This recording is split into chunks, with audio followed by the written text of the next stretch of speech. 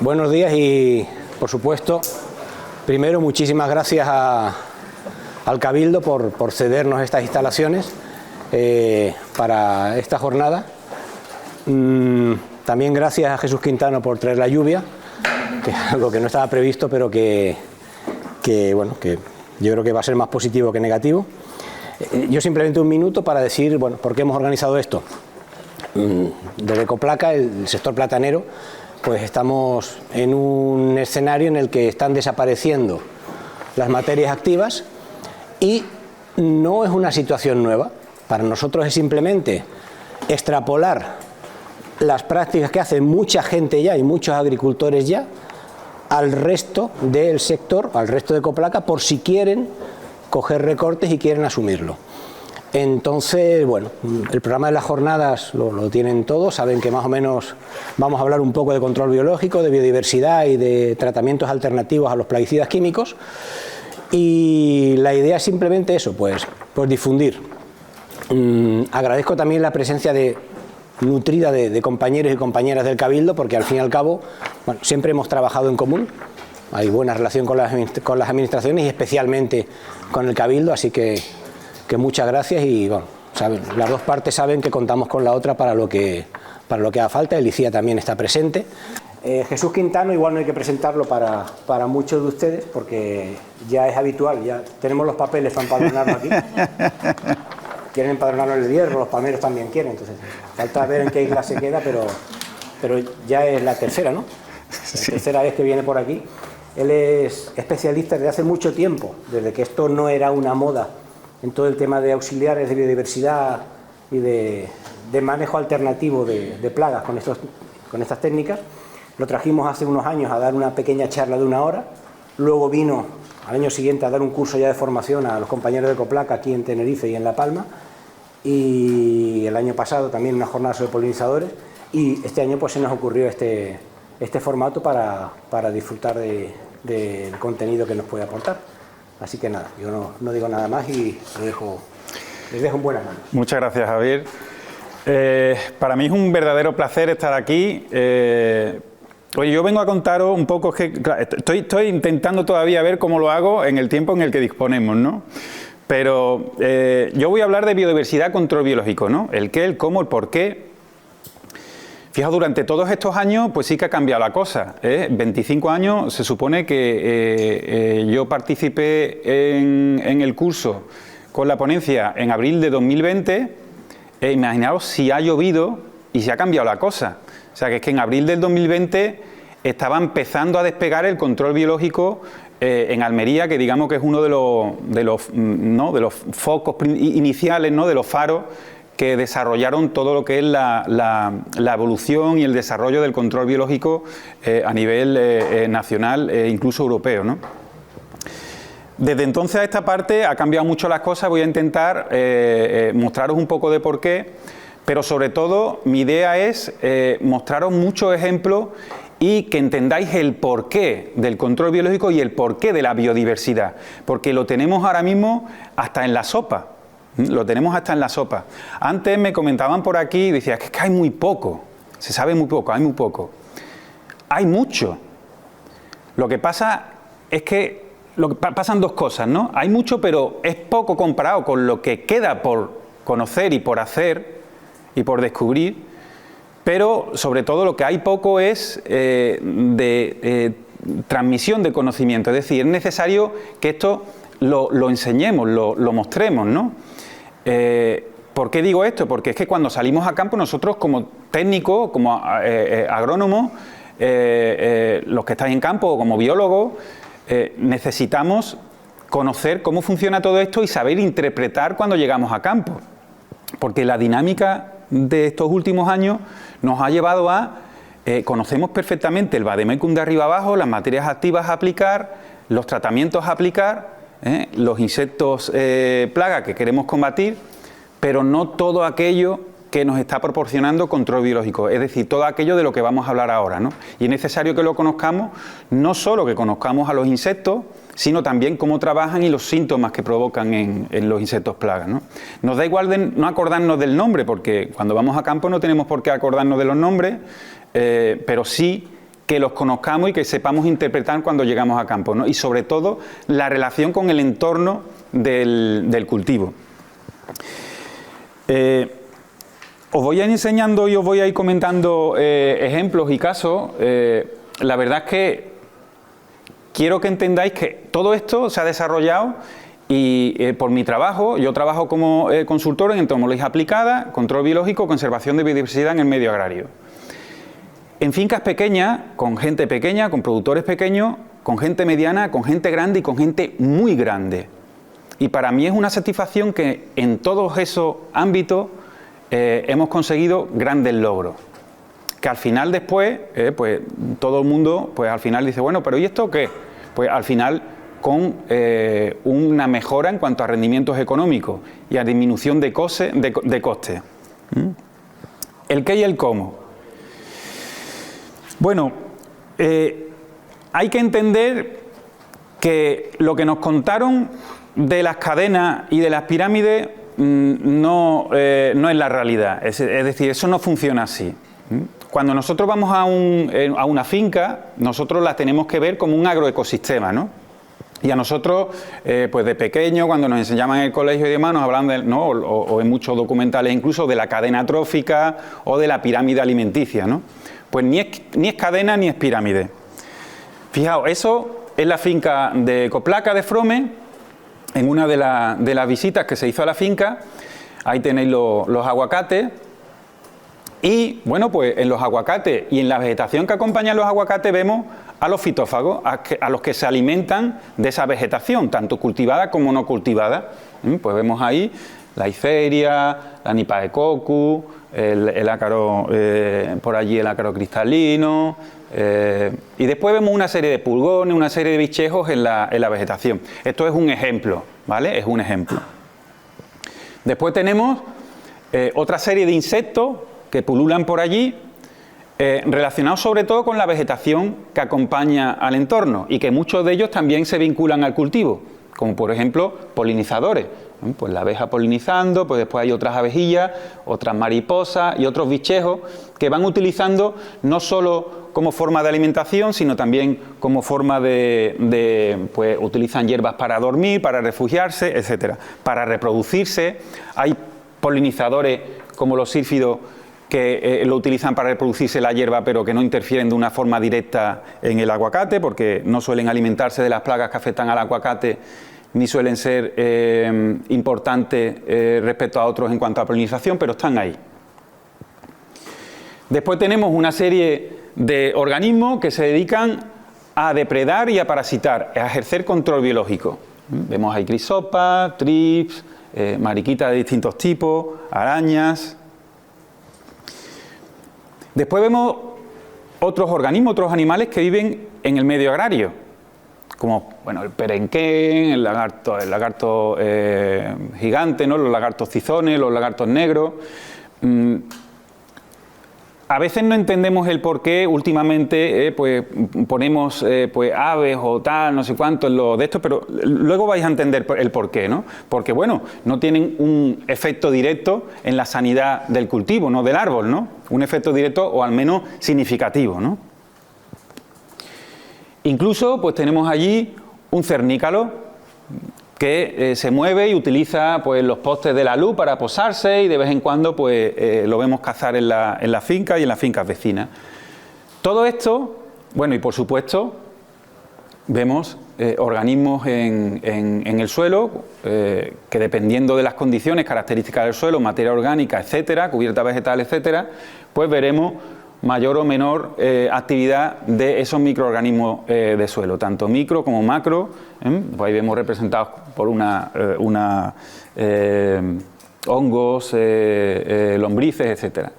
Todo esto no está flotando como si fueran burbujas en el aire. Todo está relacionado y como os comentaba antes, está relacionado e interrelacionado unos con otros, de una forma más directa, de una forma más indirecta. Esas relaciones pueden ser muy potentes entre unos, más débiles entre otros, pero no constituyen una cadena, sino constituyen una red.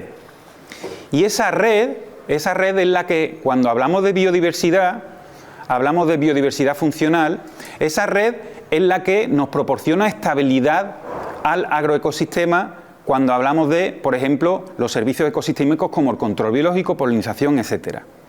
Es decir, dependiendo de esas conexiones, de los elementos que estén conectados unos con otros y de esa red que se forma, pues al final, metafóricamente, y lo podemos visualizar muy bien, es como una red que cuanto más tejido tenga, más estable es, ¿no? Es como una tela, ¿no? Cuanto más hilos tenga, más estable va a ser esa red. Si nosotros nos vamos a otra imagen, esta imagen que me la pasó Manolo, que no lo he puesto ahí como autor de la fotografía, porque las fotografías están todas hechas por mí. Para mí la imagen es muy importante a la hora de trabajar estos temas, porque me permite que ellas sean las protagonistas y yo simplemente vaya narrando lo que estáis viendo aquí. Están todas hechas por mí y, por supuesto, con inteligencia humana, ninguna con inteligencia artificial, que eso cada vez se está viendo más. Entonces, para que veáis que en este caso, si nosotros venimos de ver un ejemplo como en el anterior, ¿cómo creéis que puede ser aquí esa red? ¿Es una red resistente? ¿Es una red estable? ¿Es una red que creéis que tiene un soporte importante? Pues fijaos, aquí tenemos una serie de árboles cultivados y la cubierta vegetal inexistente, prácticamente, con aplicación de herbicidas, tanto en los bordes de los caminos, en las calles y demás. Claro, ¿quién encuentra ahí oportunidad? Los fitófagos, los que se alimentan del cultivo, porque casi que ni de las plantas, porque apenas hay. Entonces, evidentemente aquí no podemos establecer relaciones. Quienes aparecen aquí son estos, como no están los demás en el medio, tenemos que esperar que vengan de fuera. Normalmente las dinámicas poblacionales son más rápidas de los fitófagos, en estos casos en el interior del cultivo, por lo tanto nosotros tenemos que aportar esa estabilidad, sustituir esa red en cuanto a control biológico a través de los tratamientos. Entonces lo que tenemos que hacer es optimizar al máximo esa funcionalidad que nos ofrece el agroecosistema de una finca. La biodiversidad tiene la particularidad y la característica y es tan interesante porque podemos focalizarla. Podemos hablar de biodiversidad a nivel global, a nivel europeo, a nivel español, a nivel canario, pero también a nivel de finca. Y eso es una de las propiedades también que hace interesante a la biodiversidad, ¿no? Entonces, como veis aquí, nosotros tenemos que suplir esos servicios ecosistémicos. Cuando hablamos de agricultura, pues a través de los tratamientos.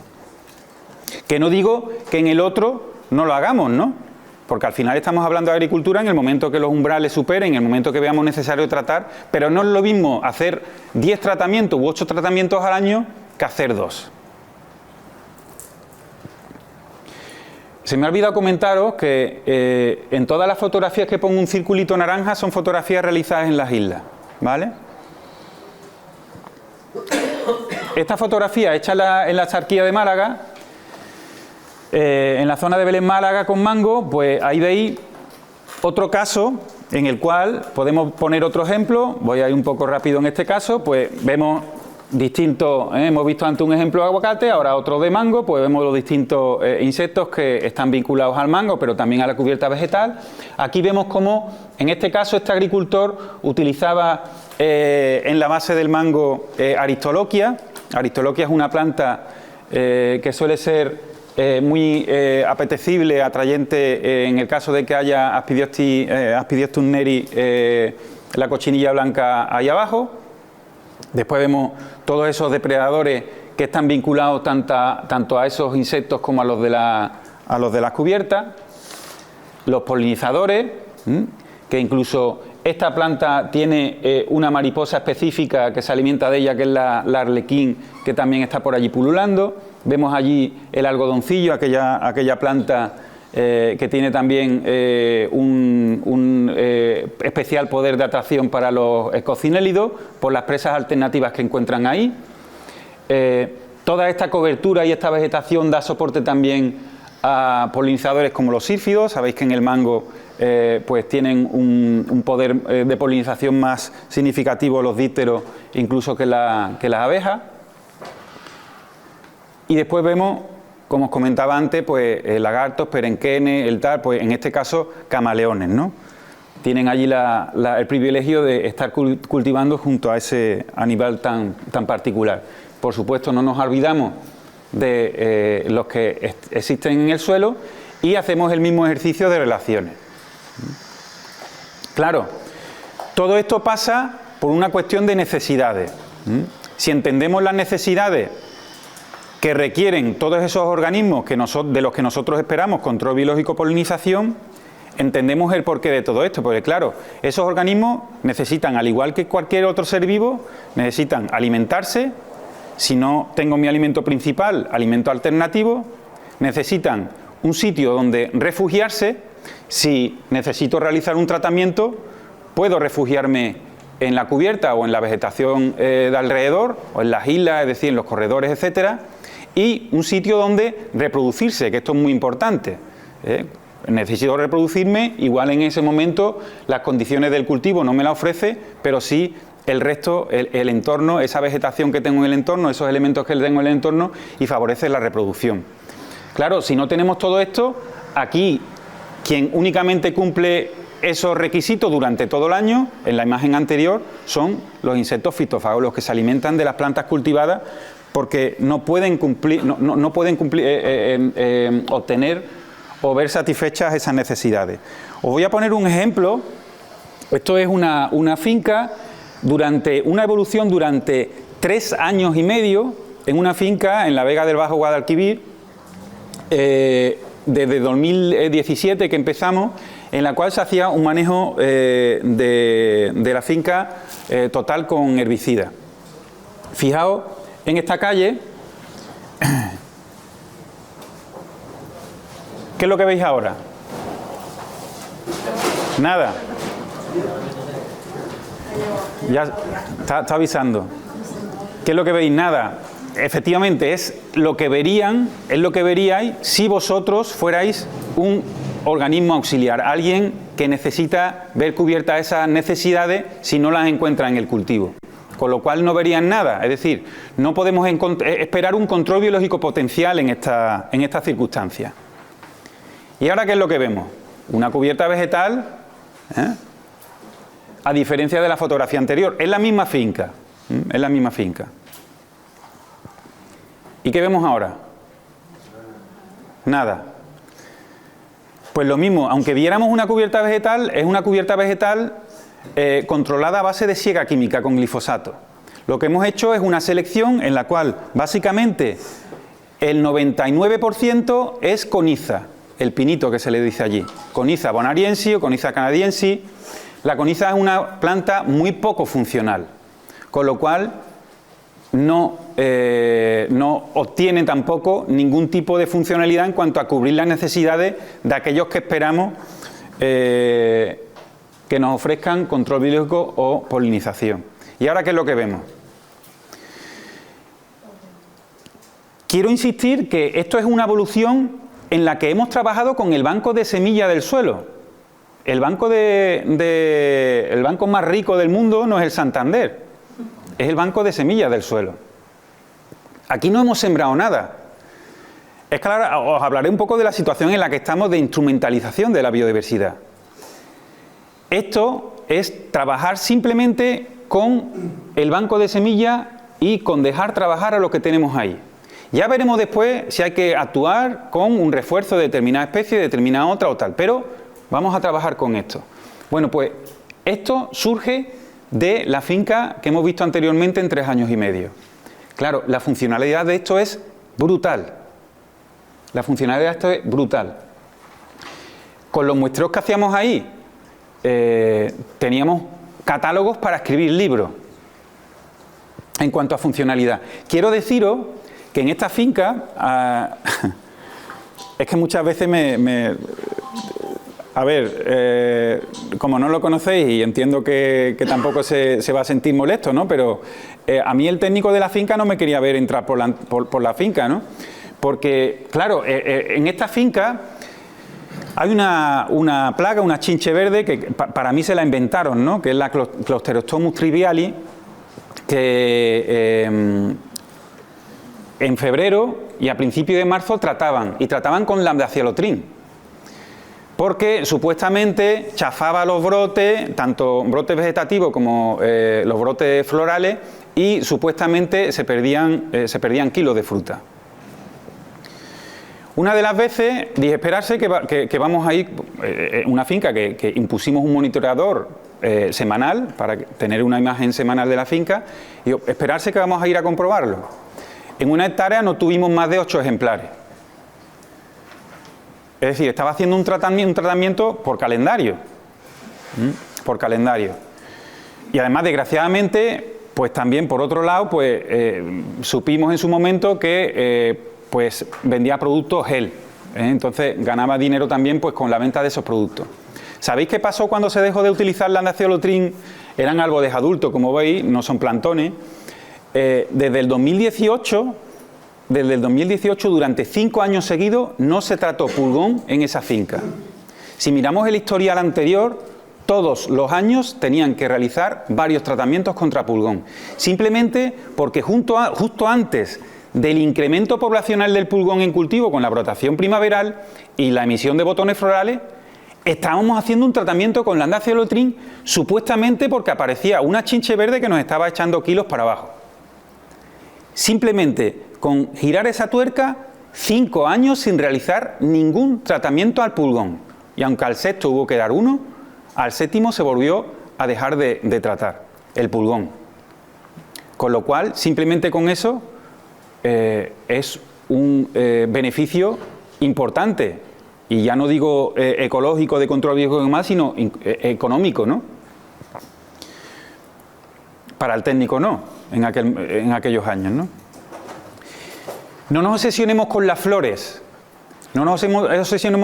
porque queremos verlo todo siempre florido. Y hoy llegamos y hay muchas flores, a la semana que viene llegamos y no hay flores, y hay gente que se agobia, pero es que hoy día se agobia porque nos han metido las flores a presión, flores, y esta cubierta es igualmente funcional. Las gramíneas, especies que tienen nectarios muy funcionales, extraflorales, que no tienen flores llamativas, veremos algunos ejemplos. Especies que no llaman la atención por la floración, pero tienen presas alternativas de las cuales se alimentan esos insectos, y veremos algunos ejemplos muy interesantes que también se alimentan de los que nos proporcionan o nos suponen plaga en los cultivos. Esta vegetación, además en este caso las gramíneas, pues emiten polen, el polen que se mueve por el aire, el polen que se deposita en la hoja, y hay muchos insectos, muchos organismos, muchos ácaros que se alimentan de ese polen. Hay estudios fantásticos, los primeros estudios que se hicieron en Málaga por la estación experimental de La Mayora con el tema del control biológico del ácaro cristalino, y vieron como esos pólenes de los maíces que se cultivaban en el entorno, depositados en la hoja de los aguacates, pues suponían una curva adelantada de crecimiento de población de los fitoseidos previa a la curva poblacional del Oligonichus, ¿no? Entonces, son cuestiones interesantes y necesitamos saber que esa vegetación sigue siendo también funcional y no nos obsesionemos con las flores, puñeta, ¿eh? Otra cuestión que hay que desterrar absolutamente es que si yo tengo vegetación, es que si yo tengo cubierta, es que si yo tengo los setos esos de la entrada, a mí me han dicho, o yo he visto, o es que allí veo yo muchos bichos y esos son reservorios de plaga. ¿Cuál es mi trabajo? Vale, pues vamos a ir y vamos a comprobarlo. Vamos a comprobar qué es lo que está pasando ahí.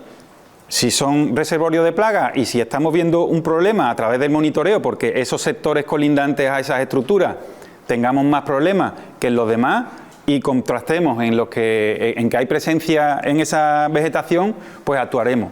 Si no, pero el primer paso que es, vamos a ver qué es lo que hay.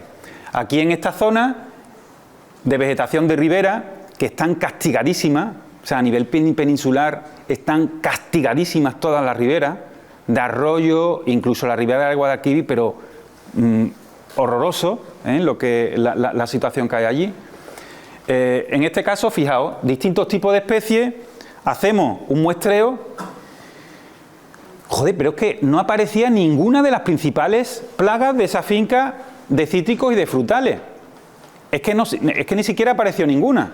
¿Y qué es lo que aparecía? Pues aparte de depredadores, que además muchos de ellos, depredadores de las plagas principales, de los cítricos y de los frutales que había ahí, frutales de hueso, había otros que bueno, que sí, que son fitófagos, pero son neutros, que se alimentan de esa hierbecilla, de esa vegetación, que no son plagas de esos cultivos y que suponen además una alimentación alternativa cuando no hay en el cultivo. Es decir, me permiten mantener a esta comunidad que me ofrece control biológico en ese cultivo, porque igual ese día he necesitado dar un tratamiento por lo que sea, o en ese momento no encuentran en el cultivo porque no haya. Y lo estoy manteniendo con esa vegetación. En los últimos años se ha producido una oleada de, si ya están mal las riberas, peor han estado en los últimos tiempos incluso las cubiertas vegetales. Hemos tenido que trabajar muchísimo en campo, los que estamos en campo, porque en distintas circunstancias, porque por ejemplo este año en el 2020 apareció un trip, el trip dorado, el Cistotrip auranti, que lo estaréis escuchando en la península a causa de la tormenta, ¿no? Ha sido una tormenta, también el Parvis pilus en Almería con el tema del pimiento, pero el auranti es que ha recorrido, ha sido una tormenta como la que va a entrar ahora, que ha recorrido desde Huelva cuando entró en el 2020, pues hasta Tarragona, todo lo que es la zona de Levante. Horroroso. ¿Por qué digo horroroso? Porque claro, los que estamos trabajando en campo en este sentido, en 2020 entró la típica cita, entra no sé cuánto, no sé qué, los primeros daños en algunas fincas importantes, sobre todo en Huelva, porque afecta también a la fresa, al arándano, tal, coincide, bueno, una serie de historias.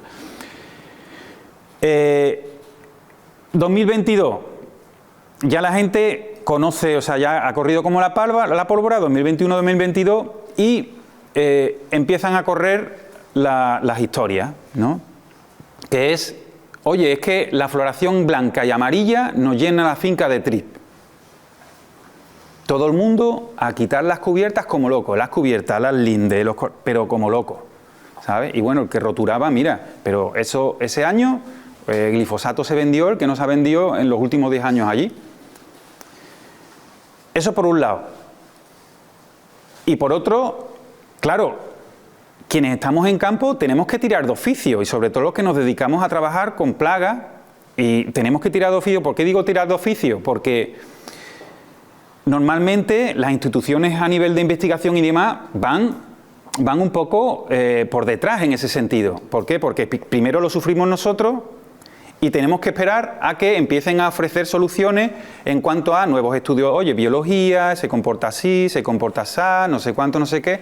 Hostia, pero si nosotros estamos allí, tendremos nosotros que dar ese paso primero, incluso que haya un feedback que sigue sin haber, porque es un poco complejo muchas veces relacionarse en según qué estratos, ¿no?, de la estructura del sector.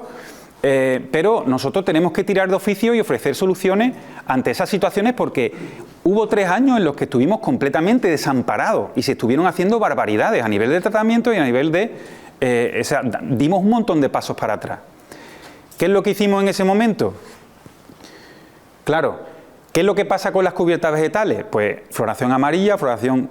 Ahora veremos algún ejemplo. Es que tenemos un montón de trips. Tenemos varias...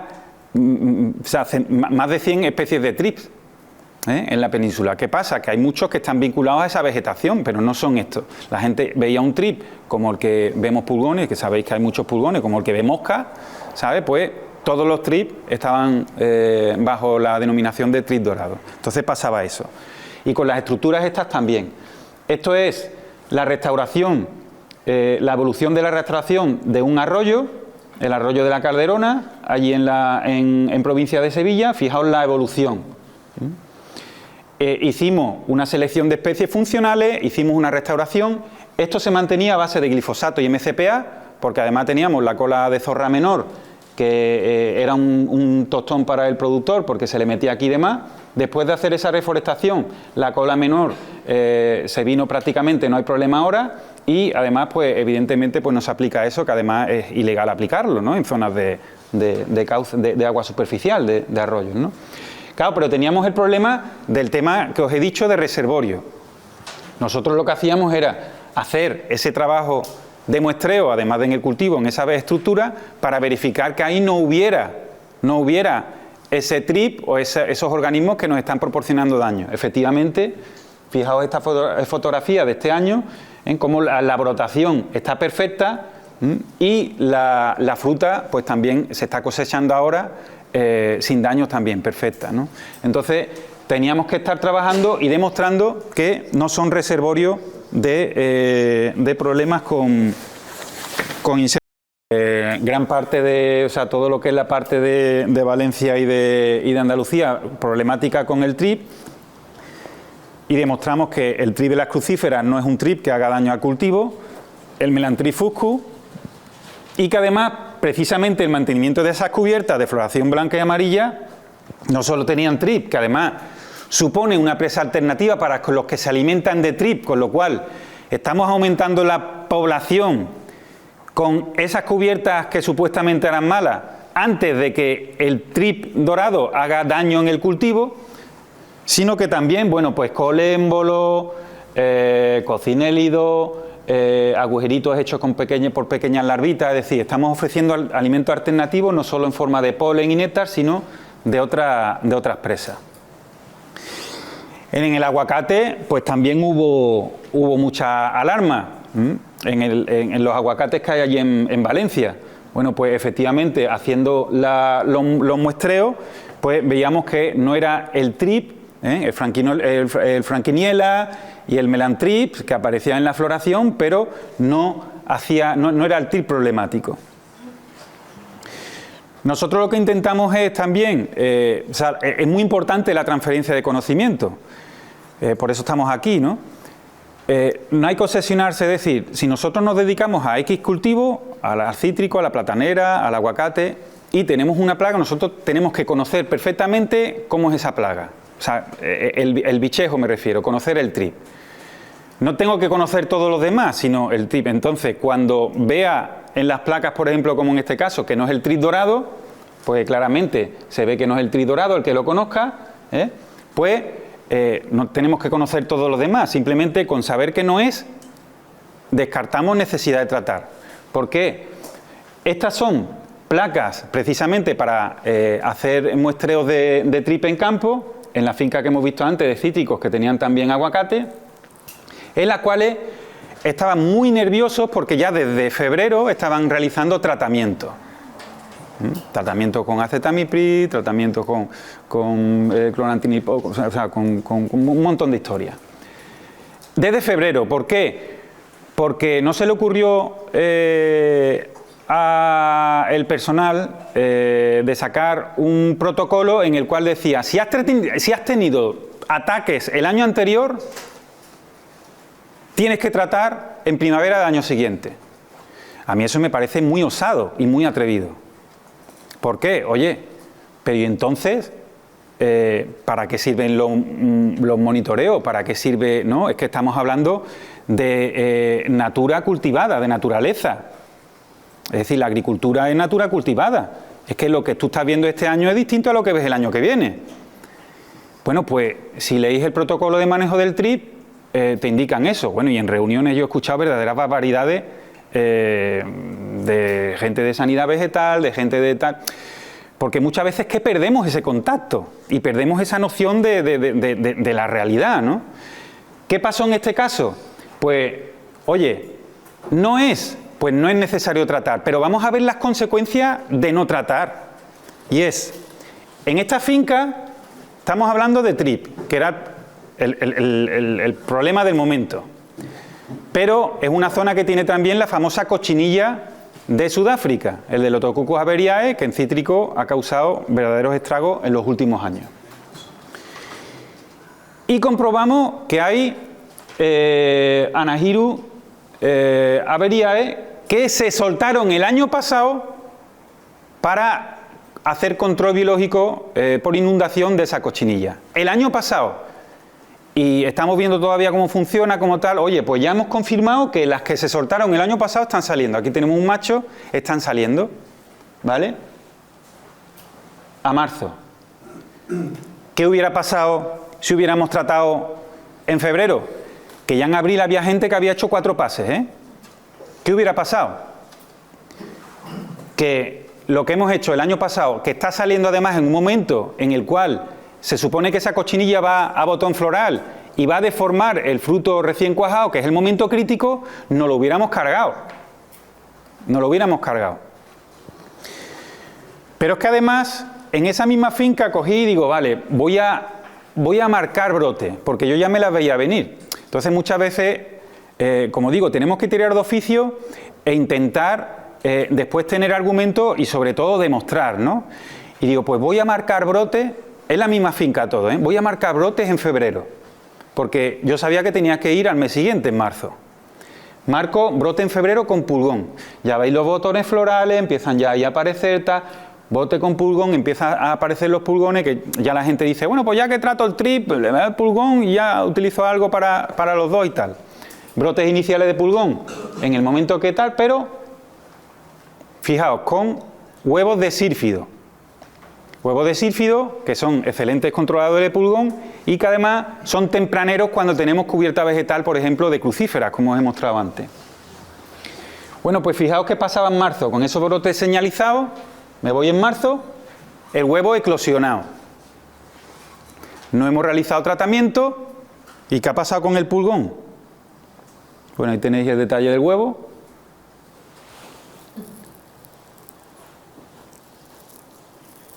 Y simplemente lo que he hecho es marcar el brote y acompañar hasta a distancia, digamos, al monitoreador y al mes siguiente comprobar. Fijaos la diferencia, pues el trip depredado, que ahí veis varios, ahí veis camisas, pero veis el trip depredado, y en febrero el trip está, o sea, el pulgón y en febrero estaba así. ¿Qué hubiera pasado si hubiéramos hecho ese tratamiento? Supuestamente porque tenemos un protocolo que nos está diciendo que, oye, si has tenido el año pasado daño, trata. Pues ahí tenemos un ejemplo de que si nos lo tomamos todo al pie de la letra, hubiéramos echado al traste todo esto y probablemente hubiéramos tenido que hacer pues varios tratamientos más porque, bueno, pues un caso parecido al que comentaba antes de la chinche. Bien. Hay que tener en cuenta, aquí tenéis un poco la cara A y la cara B. Y si estamos hablando de control biológico, cuando hablamos de control biológico no todo depende del entorno, como estáis viendo. Depende también un control biológico efectivo, independientemente de si es por conservación, mediante suelta, da igual. Lo que es la función el servicio de control biológico está también, depende del uso de fitosanitario, de las materias activas, de los tratamientos que hagamos y depende también de la fertilización. La fertilización nitrogenada, ojito que hay también muchas historias, muchos ejemplos, sobre todo de los abonos nítricos, es decir, todo lo que sea nitrógeno hay que tener un buen plan de fertilización y ojito con el nitrógeno y sobre todo dependiendo de finca. Allí por ejemplo hay fincas en las que le están metiendo la mitad del nitrógeno, se la meten por el agua y no se tiene en cuenta eso. Es decir, que le estás metiendo un 50% más de nitrógeno porque tú en tu plan de fertilización no estás teniendo en cuenta el nitrógeno que le estás metiendo por el agua. Y se ven verdaderas explosiones, o sea, insectos chupadores, las moscas blancas tocan las palmas. Cuando entras en la finca, escuchas las palmas tocando ¿sabes? La mosca blanca. Y por supuesto, está influenciado por el entorno. Por el entorno, no es lo mismo tener un entorno muy simplificado, muy intensivo, y nosotros estar en medio, ¿no? Como si fuéramos una isla. Estamos muy influenciados por el entorno, ¿no? Ejemplos de toxicidades. Bueno, pues Hay quien dice, no, es que el espinosad, bueno, si es un producto ecológico, es un producto que está autorizado en producción ecológica o un producto de tal. Bueno, para los que trabajen en hortalizas siempre se pone el caso de la Orius, ¿no? Que hay que esperar 2 semanas antes de trabajar o de esperar trabajo de Orius sobre el cultivo después de un tratamiento de espinosad. Pero fijaos, por ejemplo, el Landaciolotrin es uno de los productos que se suele también tener muy en cuenta, pero tenemos que saber que es un producto que deja todo a cero. Es decir, es un producto que afecta y mucho, como veis ahí, a poblaciones de insectos auxiliares, al control biológico potencial, porque, por ejemplo, en poblaciones de crisopa, pues las deja todas a cero, o sea, lo mata todo. Es un mata todo, como dice un amigo mío. Aquí, dependiendo de la fuente, sabéis que hay distintas tablas, distintas páginas web, hay empresas que tienen la catalogación de toxicidad en función del producto que echemos y del insecto que queremos testear, sobre todo las casas comerciales, ¿no? que utilizan o que venden los insectos y los ácaros para control biológico. Y aquí vemos, he cogido una selección, ¿vale?, de distintos ácaros, de los parasitoides representados en Leptomastix, porque bueno, es la que tienen, de la que disponen más información, y de depredadores insectos como por ejemplo Cryptolemus. Pues vemos claramente cómo el Landaciolotrin prácticamente, me da igual si eres ácaro, me da igual si eres parasitoide o me da igual si eres depredador, insecto depredador, vemos cómo el Landaciolotrin, aquí me sorprende que sea ligeramente tóxico, pero bueno, independientemente de eso, vemos que tiene un efecto importante. Pero es que el acetamiprid, si lo veis, el acetamiprid en ácaro también es de los que tienen más puntuación, en parasitoide bajan un poco y en depredador sigue teniendo una máxima puntuación. Es decir, vemos cómo son productos que sabemos que si vamos a aplicar va a ser un disruptor total en el control biológico, tanto si hemos hecho suelta como en el control biológico potencial que podamos tener en ese momento. Y quiero que veáis unas imágenes para que veáis cómo se materializa esto en el campo. Después de un tratamiento con acetamiprid para el TRIP, a los 6 días vemos el efecto que tiene en sífidos, por ejemplo, que están depredando pulgón en los brotes nuevos. Esta es el efecto que tiene 6 días después de una aplicación. Ahí vemos otra fotografía, cuando veáis esas larvas así momificadas oscuras, significa que han sido afectados por un tratamiento. Es lo mismo que le pasa a los pulgones. Cuando veáis un pulgón que aunque parece que está seco, pero está como húmedo, está como meloso, ha sido afectado por un tratamiento. Cuando lo veáis arrugado y esté seco, y además le pasáis la mano por la hoja y se cae, buscad porque probablemente encontréis huevos de sírfido o afidoelete que se lo han depredado y dejan ese efecto, pero en seco. Veremos después algún ejemplo de estos días, ¿no? Y también, por supuesto, no solo afectan productos como acetamiprid o incluso como el espirotetramad, aplicados en cultivo de forma directa, sino que también de forma indirecta, porque hay insectos parasitoides que son tan pequeños, Encarsia, por ejemplo, la Encarsia guadalupae, etcétera, que esos insectos, aunque digan, no, una avispilla tal, el néctar y el polen es importante, ellos no van a las flores y vienen después de alimentarse de néctar y polen. Son demasiado pequeños, no funcionan así. Ellos lo que hacen es que se alimentan sobre todo de la melaza de los insectos que parasitan y de el néctar estafloral, los nectarios de las hojas, de determinadas plantas, etcétera.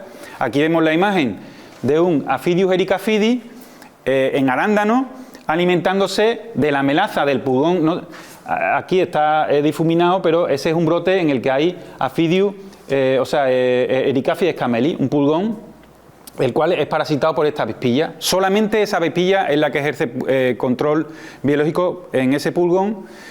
Y ahí veis alimentándose de la gota de melaza y también del néctar estafloral. Bueno, pues esto fue este año en Huelva.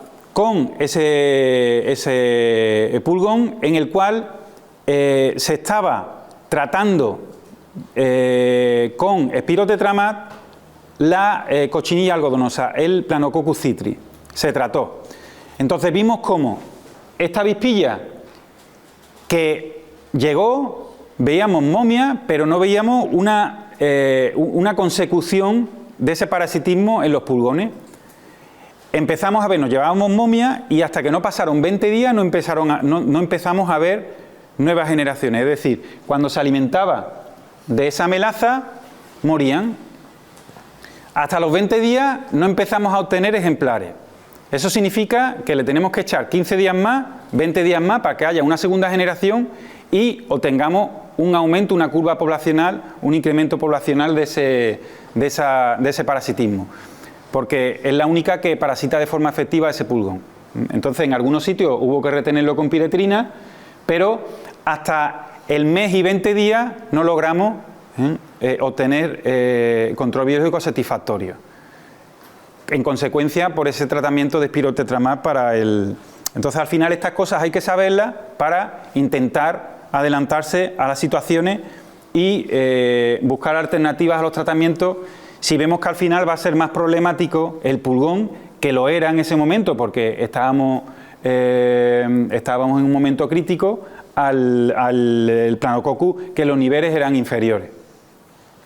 Y después también, pues el consabido y conocido efecto colateral de afección a los polinizadores. ¿Por qué? Porque los polinizadores, aunque se alimentan de polen y de néctar en la floración, pero también aprovechan esa melaza y esos exudados y nectarios estaflorales de la vegetación también. Aquí tenemos abejas pues alimentándose de la melaza de la mosca blanca y ahí pues tenemos a esa mosca zángano alimentándose también de la melaza de la Niphaecoccus.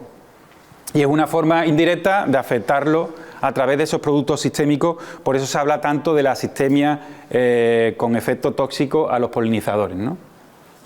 ¿Y el porqué de todo esto? De la biodiversidad, del control biológico y sobre todo de esa relación entre una cosa y otra. La relación más o menos la hemos estado viendo, pero ¿por qué tenemos ahora mismo la biodiversidad tan a flor de piel? Bueno, en la última década, especialmente en los últimos 6-7 años, han salido muchísimos estudios, es decir, digamos que empezamos a entender qué es lo que está pasando. La biodiversidad da igual que nos enfoquemos a nivel global, a nivel europeo, a nivel nacional, da igual. Hay un declive importante de esa biodiversidad y la biodiversidad al final se materializa en la red que hemos visto antes, pero es que dentro de esa red estamos también nosotros. No nos olvidemos, ¿no? ¿Qué pasa? Que cuanto más débil sea esa red, nosotros estamos en un entorno más débil. Y eso pasa, por ejemplo, a nivel urbano, pasa, pues, especialmente después del COVID, surgieron distintos estudios en este sentido, ¿no? ¿Qué es lo que pasa? Que dependiendo del sitio donde estén, hay una media del 50% en cuanto a cantidad de especies que disminuyen y hasta, o sea, de biomasa, y hasta un 27% de diversidad de especies disminuyen debido a principalmente la intensificación agraria y el cambio climático. Y hoy día sabemos que la conjunción de esos dos factores y de otros factores también, pero la conjunción de factores hace que ese efecto negativo se multiplique. Es decir, aunque nosotros estemos en una comarca donde se produce de forma ecológica, donde tenemos un agroecosistema bastante potente a nivel funcional, el cambio climático nos está afectando. Si nos movemos y nos vamos a un sitio donde haya una mayor intensificación agraria, de los ejemplos que hemos visto ahora, donde la funcionalidad sea muy baja, la unión de esa intensificación con ese cambio climático hace que el efecto sea muchísimo mayor. Y ya hay muchísimos ejemplos, incluso de extinciones locales de especies. Todo esto nos ha llevado a empezar a saber dónde tenemos que empezar a trabajar, hacia dónde tenemos que virar, y empezaron a surgir pues las estrategias de las que tanto se habla se sigue hablando, la estrategia 2030, en la cual pues también se hablaba de temas de los insectos como indicadores. No solo a nivel de estrategias, a nivel de marcos en los cuales ahora la agricultura ha de moverse o ha de tender a moverse, sino también a nivel social. Es decir, todo esto es como una lluvia que ha ido afectando a todos los estratos de la sociedad.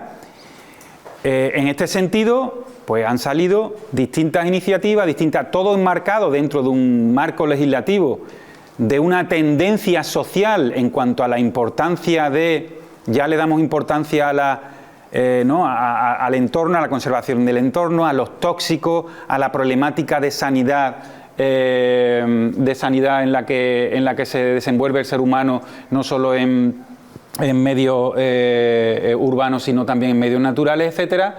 Pues iniciativas como esta, bueno, es un ejemplo de incluso corredores de polinizadores dentro de las ciudades, porque el efecto, por ejemplo, del urbanismo también es un efecto crítico en la distribución de estos organismos, ¿no?, de los polinizadores. ¿En qué se traduce todo esto?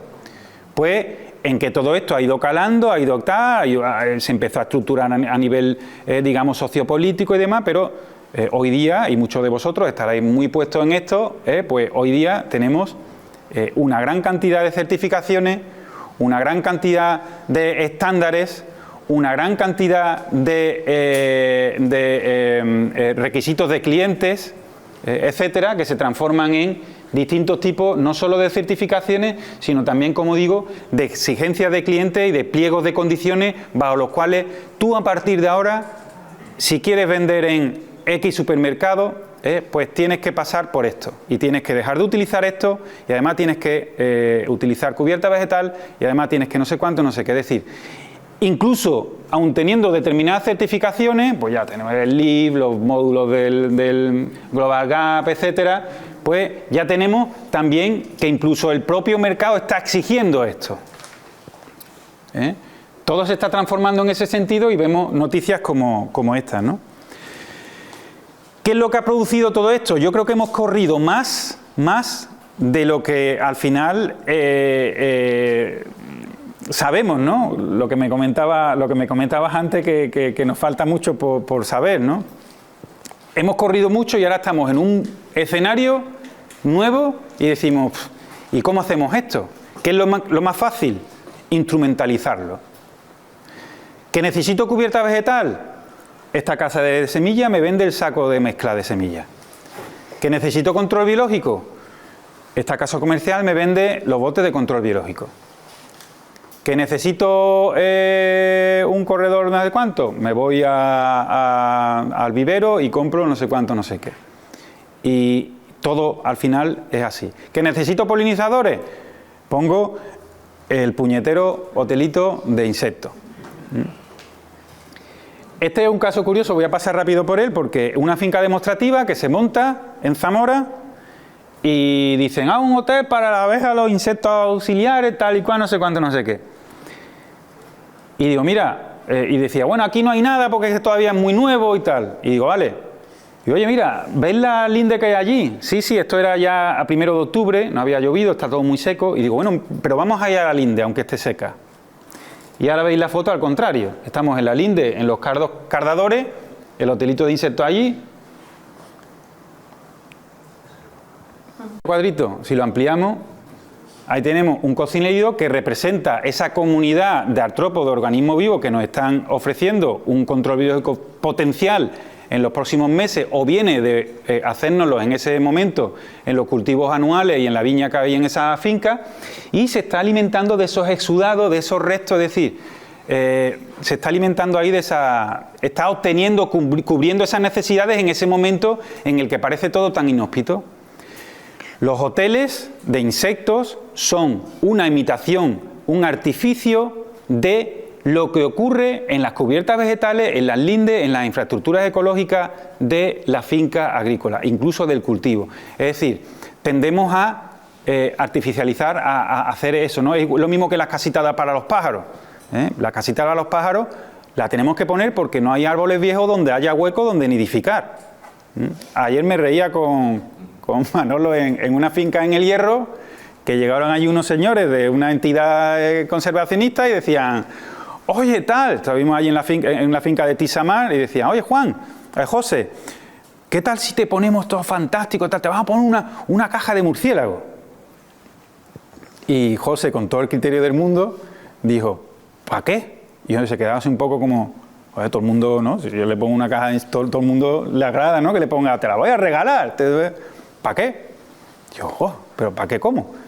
Y hombre, si yo tengo esto llenísimo, además caída a la tarde, está murciélagos por todos los lados, y dice, si yo tengo esto lleno de murciélagos, la iban a poner en una pared que estaba hecha con piedra, que había un montón de recovecos, que allí habría yo no sé cuántos murciélagos de forma natural, pero es que todo el entorno era un entorno propicio por la orografía y por las cavidades que había allí murciélagos de forma natural a punta pala. Y allí fueron esos señores a decirle que le iban a poner una caja nido de murciélago, ¿sabes? Entonces, este tipo de cuestiones son las que nos han llevado a correr más de la cuenta y de pararnos y de entender cómo funciona esto, ¿no? Y de sacarle todo el potencial a las fincas agrícolas. Y después todo esto del control biológico por inundación y demás, que sea un apoyo, pero nosotros vamos a intentar sacarle el máximo rendimiento a lo que tenemos. Para eso, en cada una de nuestras fincas, en cada una de nuestras circunstancias, tenemos que tirar de oficio. Este es un ejemplo fascinante que me explotó la cabeza estos 2 días y ayer por la tarde procuré meter fotos aquí porque tengo que... O sea, aquí me voy a recrear. Aquí me voy a recrear. Mira, este es un proyecto que estamos desarrollando con una empresa de arándano en Huelva. Llevamos 2 años, un año en el que se han hecho pruebas y este año lo vamos a hacer a lo grande. Con distintas fincas que van desde 2 hasta 10 hectáreas, tal, ¿vale? Pero el año pasado tuvimos unos resultados fantásticos. ¿En qué consta? Hemos dicho, vamos a hacer una selección de hierba, una selección activa. Vamos a deservar, pero vamos a hacer una lista positiva. Y esa lista positiva la vamos a dejar. No voy a sembrar. Voy a hacer una lista positiva de lo que tengo. Voy a trabajar con la hierba que sale en mi finca de forma natural. Y voy a dividirla. Se cultiva en lomos, ¿no? Pues la parte de arriba del lomo, la base del lomo y la calle. Y en base a eso, pues hago una catalogación, no sé cuánto, no sé qué tal. Entonces, dependiendo del porte, la competencia agrícola y demás, hacemos una lista positiva. Y esto se le pasa a los grupos de trabajo, venga, pues salis corniculata, cardamina y flesuosa, tellar, y vamos a dejarla en la base de la planta, y si en la base del lomo, pues metemos también la lafangium, que es el algodoncillo y tal, la dejamos en la base. En las calles, a lo que dé. Y esto en 2 situaciones. Cultivos en maceta, ahí vemos la diferencia, pues aquí tenemos cerraja, mastuerzo nano, quitamos la cerraja y dejamos el mastuerzo nano. Y en lomo. ¿Que nos sale la oxalis? La dejamos. La oxalis es esa planta, Oxalis corniculata, no sé si la conocéis, la tenéis también. ¿Por qué? Por un lado, lo primero es competencia. No vimos competencia por una cuestión hídrica y no vimos competencia con una cuestión de calidad y producción de fruta. Tienen sistemas radiculares muy ligeros, muy superficiales, y además se secan en un momento del año, quedan como un acolchado, no permiten que salga otra hierba, pero es que lo más curioso, como por ejemplo la cardamina, cuando tú levantas ese acolchado, la germinación que viene abajo es de la propia especie. O sea, es una cosa, ¿sabes? Bueno, pues eso por un lado. Y después por otro, resulta que esas plantas, la cardamina es un jaramago enano, un jaramago pequeñito, la oxalis es esta planta que tenemos aquí. ¿Qué le pasa a la oxalis? Que nos hemos llevado muchos años demonizándola. ¿Por qué? Por un lado se hablaba muy bien porque en cítricos decía, no, es que las cubiertas de oxalis evitan el aguado de la fruta, de las faldas de los cítricos. Y bueno, oxalis porque el que hizo el estudio quiso nombrar, o en la finca que lo hizo, la cubierta era de oxalis. Pero si es cardamine o es otra planta, da lo mismo, porque la cubierta vegetal lo que te hace es que te impide que ese barro, esa tierra con las esporas del hongo salte y te afecta a la naranja, da igual que esa oxalis. Bueno, son las cosas que pasan cuando se hacen estudios y se toman al pie de la letra, ¿no? Oxali, pues oxali, ¿no? Que también... No, que aquí dice oxali. Bueno. ¿Qué es lo que pasa con la oxali? Pues que la oxali también se ha demonizado, como digo, porque supuestamente era... pues atraía a Tetranychus. Y era una planta banquer de Tetranychus. ¿Tengo oxali? Tetranychus. Fuera, la oxali. Ahí tenéis una fotografía en esas fincas que os he puesto de Oxalis corniculata. Y resulta que este ácaro sabemos que no es Tetranychus urticae ni otra de las plagas estas, que se llama Petrovia arti. Puñeta. Y resulta que ese ácaro supone un alimento alternativo a los ácaros depredadores. Aquí tenéis vivita y coleando, esa hembra, ahí la tenéis depredada. ¡Puah! Pues entonces, oye, aparte de... pues vamos por buen camino.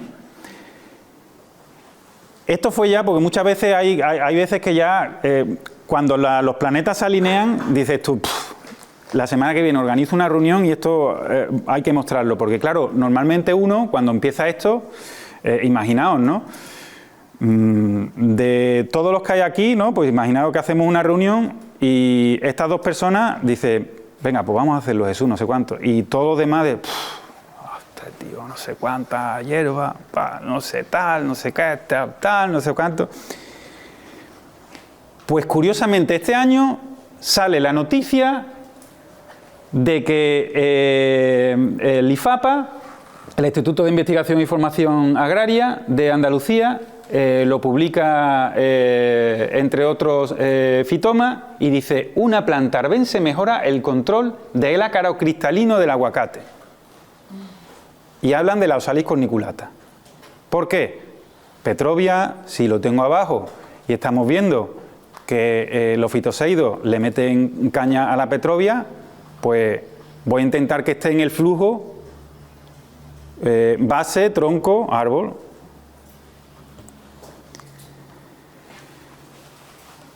Ahí tenéis una de las semillas del Oxalis.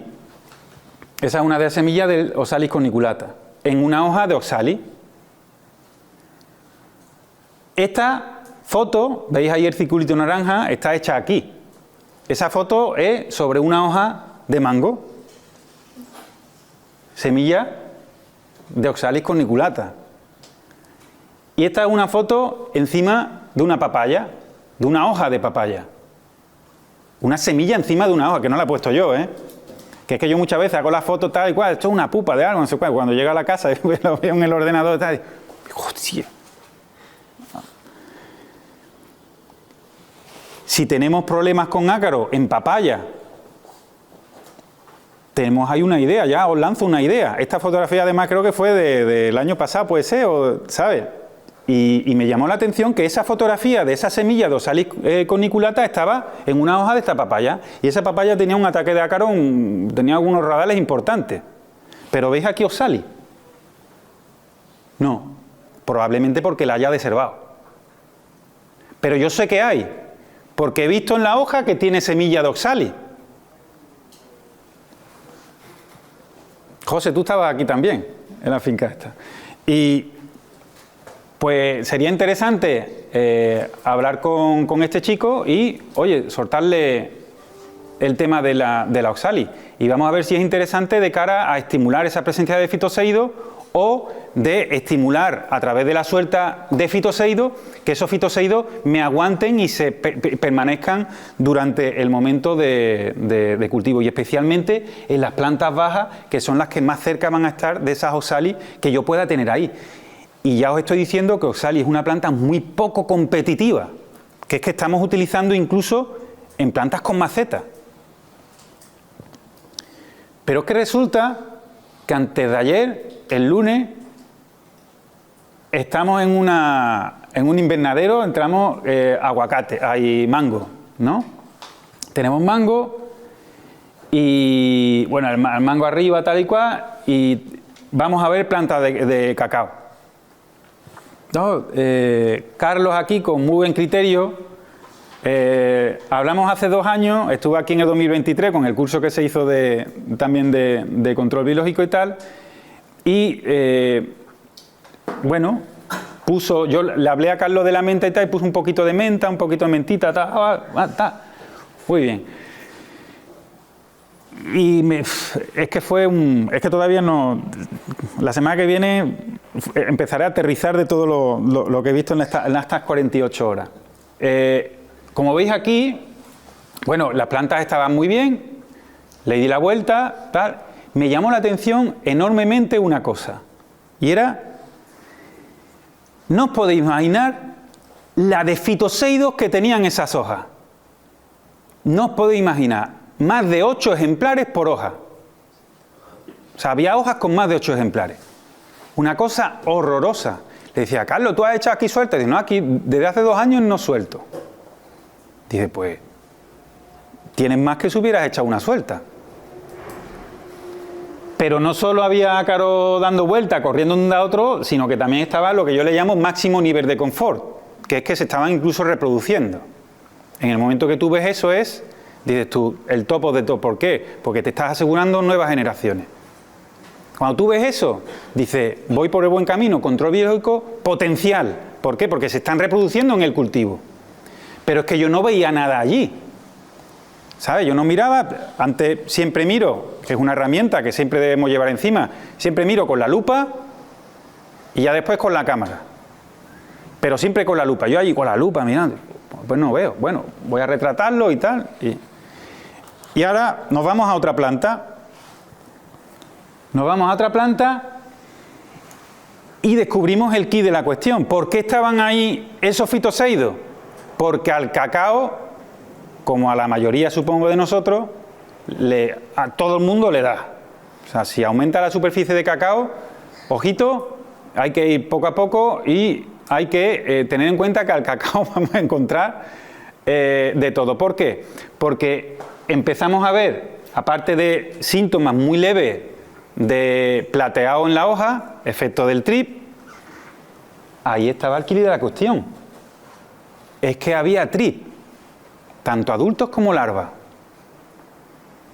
Y los ácaros son unos depredadores excelentes de trip. De hecho, en península, para el trip dorado, estamos viendo cómo es una de las estrategias de complementación a cubierta vegetal y a control biológico funcional en primavera, aumentar esas poblaciones con la ayuda de sueltas de sacos, o sea, de las bolsitas típicas estas que van colgando ahora en la rama del suisqui y de otros ácaros, ¿no?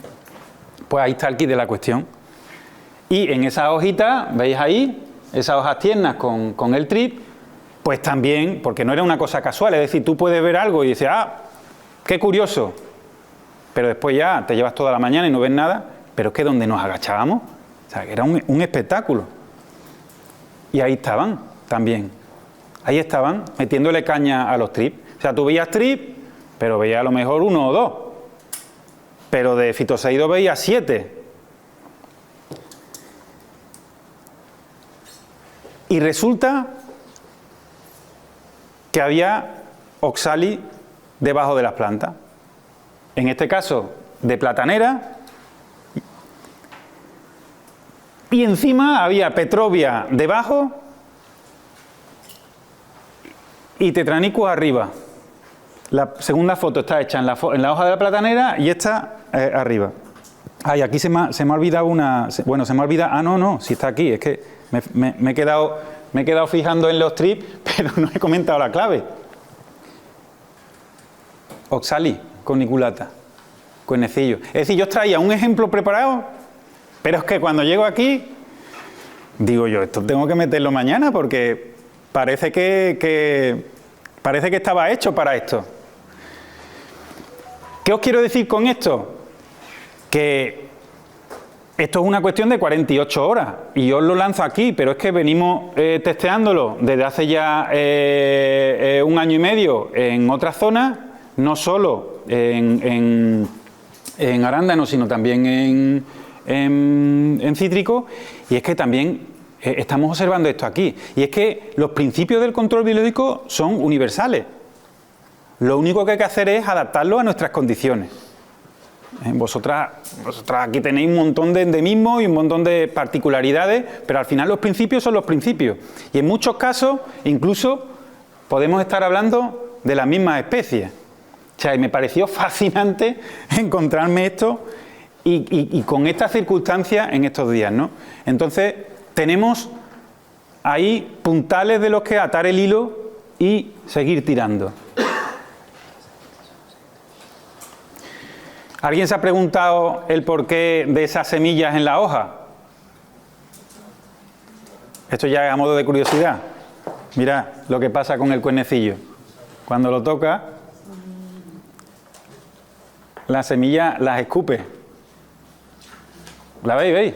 ¿Cómo dispara? Entonces eso las dispara y son capaces, o sea, muchas veces vemos que de hecho una de las primeras fotos, cuando estábamos en La Palma, ahí en la escuela agraria, en las hojas de mango, al principio parecía que eran pupas. Y decía, oye, ¿qué es esto? Y yo, no sé si una pupa de estetoru parece, porque había estetoru con el ácaro y tal.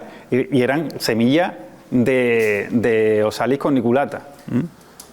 Bueno, pues ahí vemos otro ejemplo de esa funcionalidad que tenemos que empezar a trabajar y tenemos que empezar a entender. Y para que veamos un ejemplo de esa relación en la cual tenemos que empezar a sacarle el máximo partido de estas relaciones entre esa vegetación, que nos olvidemos ya del tema de mala hierba, sino verlo como una oportunidad y como biodiversidad funcional, y que nos está aportando todas esas relaciones positivas después a la hora de control biológico, ¿no?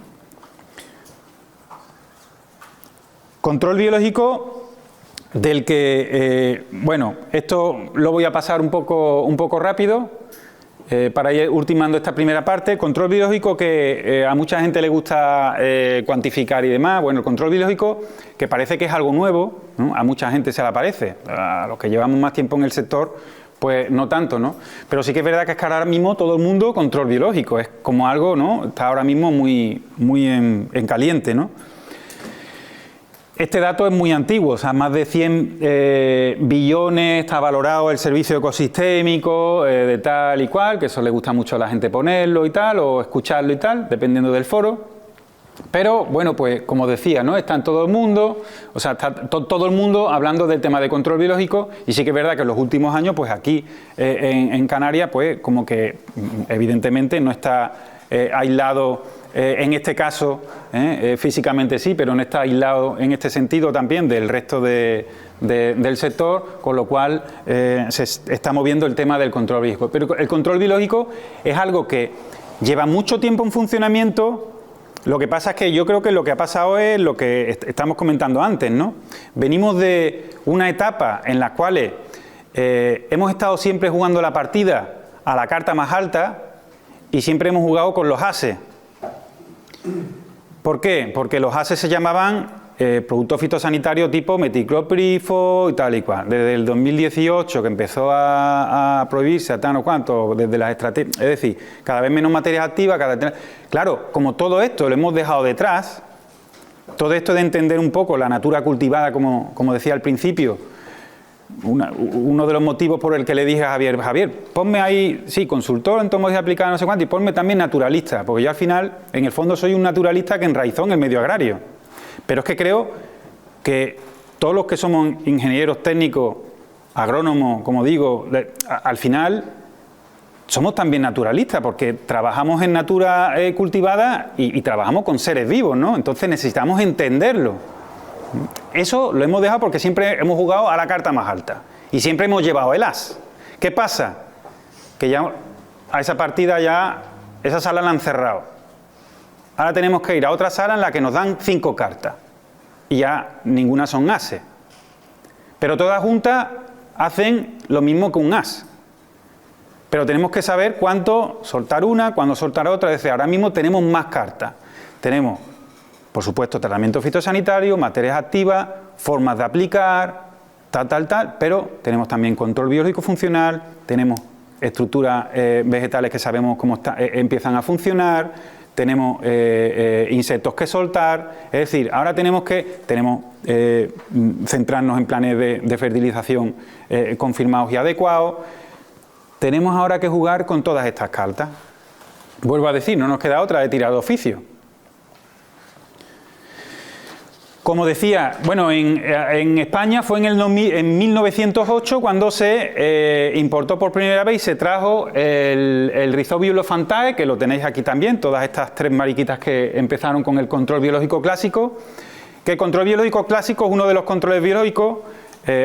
Yo lo suelo diferenciar en tres tipos, aunque hay quien los pone en cuatro, pero yo meto a dos en uno. Uno de ellos es el control biológico clásico, que es cuando llega una plaga exótica, no hay nadie que la controle, se va de madre, tal y cual, pues no hay forma de tal. Entonces lo que se hace es que se va al lugar de origen, se selecciona una especie que tenga un control efectivo en origen, se trae aquí a lo largo de un proceso que dura varios años, en el cual, bueno, pues antes se hace una serie de pruebas, tal, evidentemente antes de soltarlo en el medio. Entonces, si cumple todos los requisitos, todos los tal, y no va a suponer más un problema que un beneficio, pues se realiza ya la suelta en primer lugar en condiciones controladas, después ya pues a nivel general de esos insectos en el campo para controlar el insecto plaga. Y como os digo, para el piojillo blanco, pues el primero que se hizo fue en 1908, ojo, 1908 a través de Valencia. Los valencianos en este caso, a través de, bueno, el sector citrícola, fueron pioneros en este sentido, ¿no? Después he puesto el Rhizobio porque todo el mundo habla siempre primero de la Rhodolia, pero primero fue Rhizobio, Después la Rhodolia fue en 1920 y es que, claro, Rhizobio no tuvo tanto éxito como lo tuvo Rhodolia. Entonces, claro, por eso siempre se habla de Rhodolia y la otra pobre queda un poco relegada en segundo plano. Rhodolia cardinali, para todo lo que son cochinillas acanaladas, todo lo que son icerias y demás, pues la verdad que ejerce un control bastante interesante y además supongo que todo el mundo la conoceréis porque os cruzaréis por aquí frecuentemente con ella. Y después, el último de esa trilogía de los tres fantásticos del control biológico clásico es el Cryptolemus monstruieri, pues que también a la hora de controlar las cochinillas algodonosas, tipo Dimmicoccus, tipo Planococcus, Pseudococcus, etcétera, pues el Cryptolemus es bastante interesante. Las otras dos nos las podemos encontrar de forma natural en el medio, con cierta frecuencia. Cryptolemus es un poco más trabajoso y dependemos de las crías o las compras. Cuando digo crías es porque, bueno, hay quien tiene módulos de cría en su finca.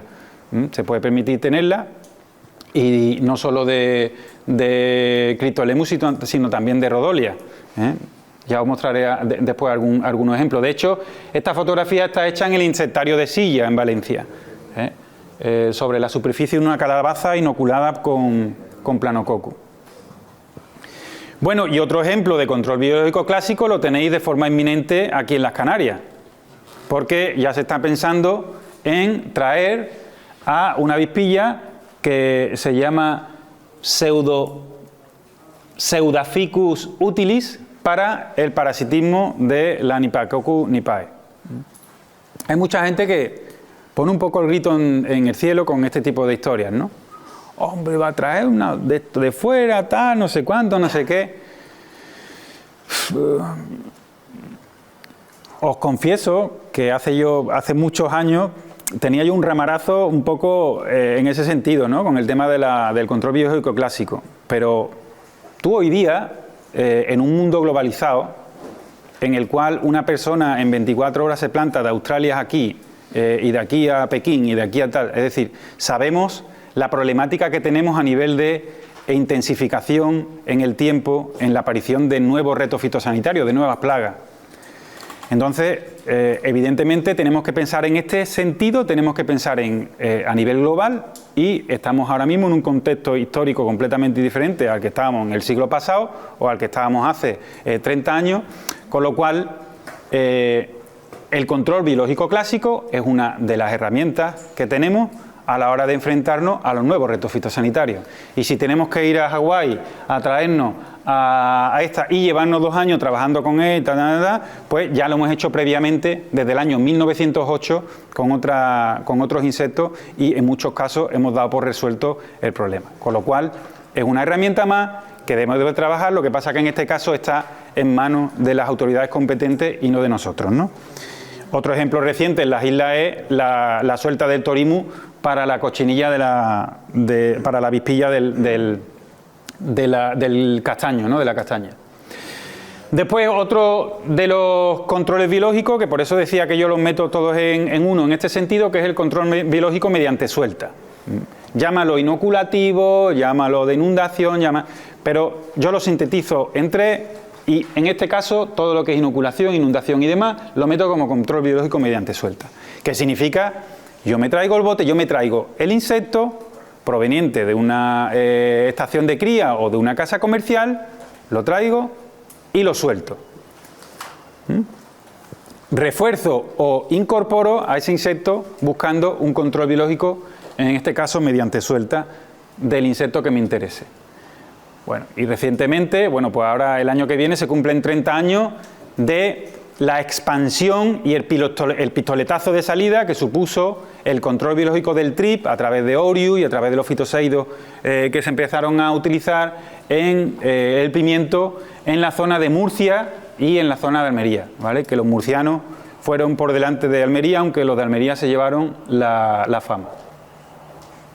Y por último, el control biológico por conservación, que es un poco de la forma que he empezado y es un poco lo que yo intento fomentar y trabajar al máximo, ¿no? Es el control biológico por conservación. ¿Por qué? Porque si optimizamos lo que tenemos, todo lo demás va a ser un complemento que yo voy a utilizar cuando yo quiera, cuando yo necesite. Pero, oye, voy a intentar optimizar y maximizar al máximo el control biológico por conservación de mi finca o de la finca en la que trabaje. Aquí tenemos un ejemplo visual en las cuales tenemos unas islas de vegetación en las que tenemos determinada vegetación. Bueno, pues ahí tenemos un carbo mariano, pulgón parasitado, un huevo de crisopas, escarabajo soldado, arácnido depredador. Aquí tenemos el monitoreador mirando la planta cultivada y tenemos exactamente lo mismo. Parasitoide, huevo de crisopa, escarabajo soldado y arácnido. Intentamos complementar y cubrir sus necesidades en el mismo espacio de trabajo. Y de ahí la diapositiva que os mostraba al principio. Bueno, la siguiente parte que os tengo preparada es, la he llamado desgranando el control biológico. ¿Quiénes? Es decir, yo aquí, a través de ejemplos, como los que os he mostrado antes, vamos a hacer un repaso, evidentemente no por todo, pero sí por muchos de esos insectos que necesitamos conocer, entender y ver cómo funcionan y a quién afectan.